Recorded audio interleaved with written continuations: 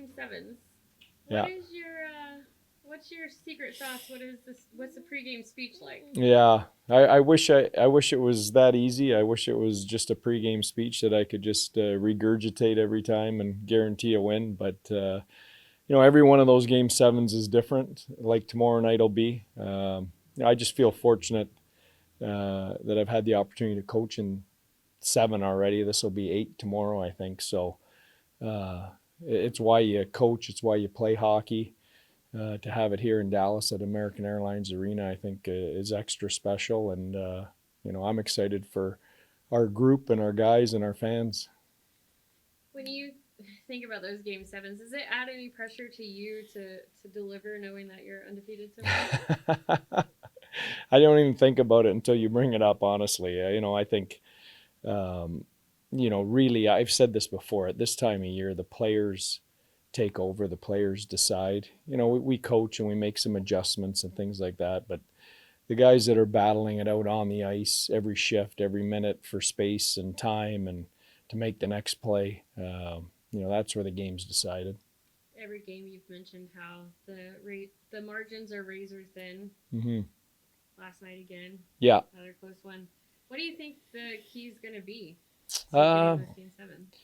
You know what? I think for us, just sticking with it. I think we've played 6 games against this team. I think we know what has worked when it's worked and what hasn't. And I think they have the same book, obviously, on us on their end.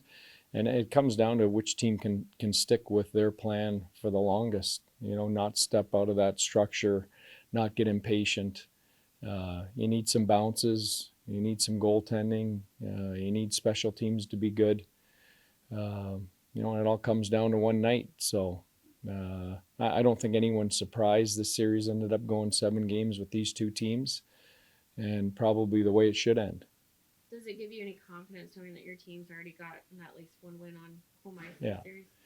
Yeah, I'm confident. I wouldn't trade being on the road for being at home at American Airlines Arena, no matter what our record is. I think our fans, I said this all along, I think home ice advantage isn't important until game 7, and then I think it is important. I think it that home crowd can really give you a boost, at least in my experience. What's the trick to not overthinking things, I guess, for game 7?